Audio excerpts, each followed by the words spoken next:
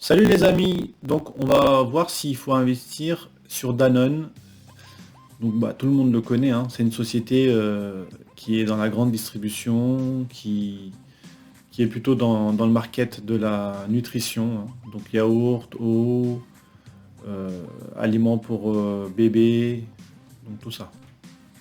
Faisons un peu d'histoire hein, avant d'attaquer les chiffres et les résultats. Donc Danone est une société qui a été créée à Barcelone, par Isaac Carasso, qui vivait dans l'Empire ottoman, hein, vers la Grèce, et qui a émigré en Espagne pour créer la société. Et en 1929, donc la société a fait ses premiers pas en France, hein, via la société parisienne du yaourt. Donc le yaourt est, comme je pense beaucoup de gens savent, c'est qu'il est très consommé dans ce coin-là, entre la Grèce, la Turquie, le Liban. Voilà. Danone est une grosse multinationale française, donc il y a une croissance forte et durable, mais il y a quand même des nuages gris à l'horizon. Rapidement, donc les activités du groupe Danone, donc là j'ai mis les 4 pôles, hein. Donc il y a le produit laitier, frais, c'est la moitié du chiffre d'affaires, ce qui est énorme.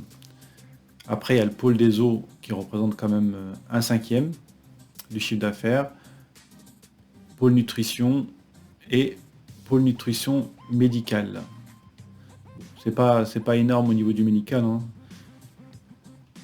Voilà, c'est tout ce qui doit être au niveau des hôpitaux. Voyons un peu Danone dans le monde. Donc dans le monde, Danone est très bien réparti. Donc son business model est plutôt situé, comme on peut le voir là, dans les pays développés, hein. Donc aux États-Unis 11%, en France, en Chine, bon en Russie, elle s'est retirée dernièrement, en Indonésie, en Angleterre, en Espagne, en Argentine et en Allemagne. Donc, pour son premier marché, les gens penseront peut-être que c'était en France, hein. Alors que là on peut le voir que son premier marché est quand même les États-Unis. Le fait d'avoir quand même un business model assez bien réparti la protège assez bien économiquement des aléas que peut avoir une région par rapport à l'autre. Regardons un peu la concurrence, hein. Bon, la concurrence est quand même très rude, hein. Il y a des très gros, Nestlé, Johnson Johnson, Procter Gamble, enfin PepsiCo. C'est des sociétés qui génèrent 100 milliards de chiffre d'affaires, hein. Donc ils sont vraiment au-dessus de Danone, hein. Danone génère, je crois, en chiffre d'affaires, mais on va le voir juste après, 20 milliards. Donc il y a des sociétés qui sont beaucoup beaucoup plus grosses que Danone, hein.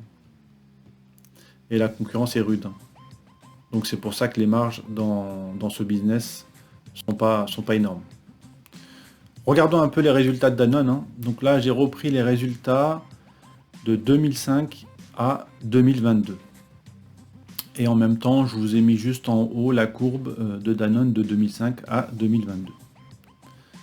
Donc, ce qu'on peut remarquer, c'est que le chiffre d'affaires de Danone était croissant tout au long, hein, même s'il y a eu un peu d'aléas, mais on est passé comme de 2005, on était à 13 milliards de chiffre d'affaires. Aujourd'hui, Danone fait 27 milliards. En 2022, a fait 27 milliards. Bon, normalement, elle fait plutôt 25. 2022 était une année extraordinaire. Si on regarde donc le bénéfice, donc le bénéfice en 2005 était 1,4 milliard en comparaison aux 13 milliards de chiffre d'affaires. Donc ce qui fait à peu près un bénéfice net de à peu près 10%. Maintenant, quand on regarde en 2022, elle a fait 27 milliards et elle a fait un bénéfice de 1,7 milliard. Donc ça prouve bien que la concurrence est rude et que les marges sont vraiment réduites. Car malgré l'augmentation du chiffre d'affaires, Danone n'arrive plus visiblement à augmenter son résultat net. Ça diminue même, hein. Regarde, on peut le voir, bon, même si allez, on regarde avant 2020, hein, on regarde en 2019. 2019, Danone faisait 1,9 milliard. Donc la problématique de Danone avait déjà commencé.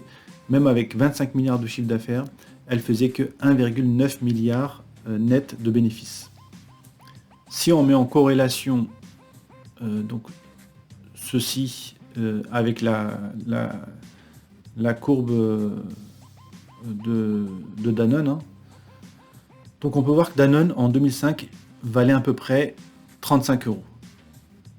Jusqu'en 2007, elle a eu la courbe a vraiment augmenté hein, jusqu'à 55 en moyenne. Hein. Et après, elle a décru jusqu'à 2008-2009, où, bon, bien sûr, c'était la crise des subprimes. Hein. Et on peut le voir aussi, hein, Danone, son chiffre d'affaires bon, était quand même stagnant, mais c'est quand même assez bien sorti de cette crise-là. Hein. Et donc, l'action est retombée à 35. Depuis 2009, l'action ne fait que augmenter jusqu'en 2019. Et donc, au mieux, en 2019, l'action valait 70 euros. 70 euros. Et donc maintenant, l'action ne fait que décroître. Depuis 2019, l'action ne fait que décroître. Et aujourd'hui, elle est en dessous de 50 euros. Bon, là, j'ai mis au-dessus un peu parce que j'avais pris des courbes un peu avant, mais sinon, elle est en dessous de 50 euros. Regardons un peu les dividendes. Donc Danone distribue des dividendes depuis 31 ans, ce qui est pas mal.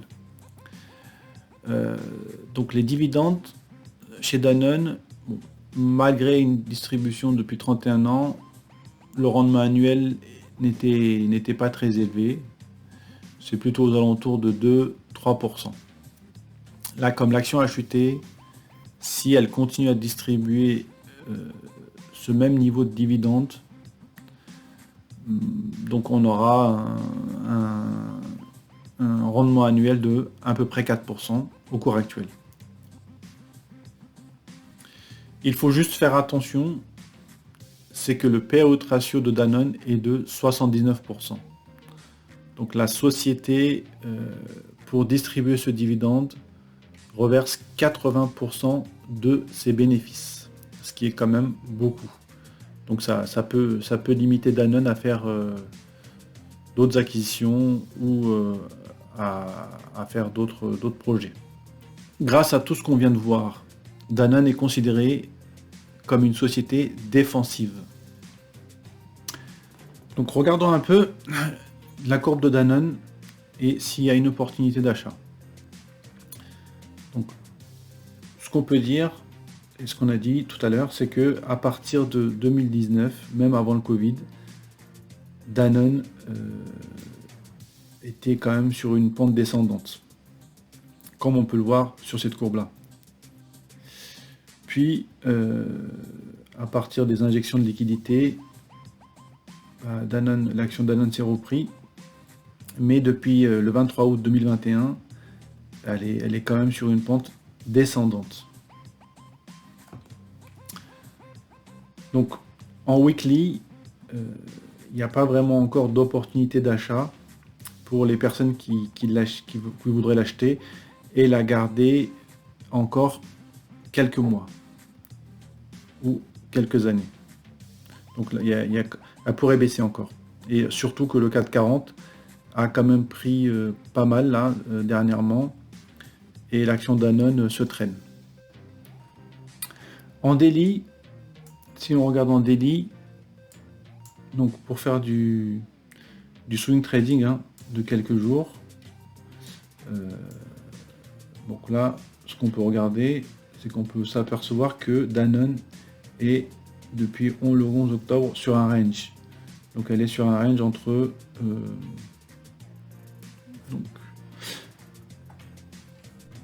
donc elle est à, on avait dit, elle est à 40, elle était à 47 et elle était à 47 et bon au plus haut elle était à 51. Donc bon, c'est pas vraiment énorme. Ça fait à peu près moins de 10%. Donc aujourd'hui, elle est revenue dans sa zone de support à dans ce range, aux alentours de 40, 49. Elle peut peut-être rebondir pour remonter un peu, ou elle peut casser ça et retomber un peu plus bas, hein. Et si on regarde où est-ce qu'elle peut retomber, elle pourrait même retomber dans les 47, où elle était avant, hein. Donc ce qu'on peut dire sur Danone, c'est qu'il n'y a pas de grosse opportunité sur Danone actuellement. C'est une société défensive. Pour une personne qui veut investir sur Danone, il pourrait, mais qu'il le fasse vraiment petit à petit et en plusieurs fois. Qu'il ne rentre pas d'un coup sur ce dossier. Ben, merci d'avoir regardé cette vidéo et je vous souhaite un bon week-end.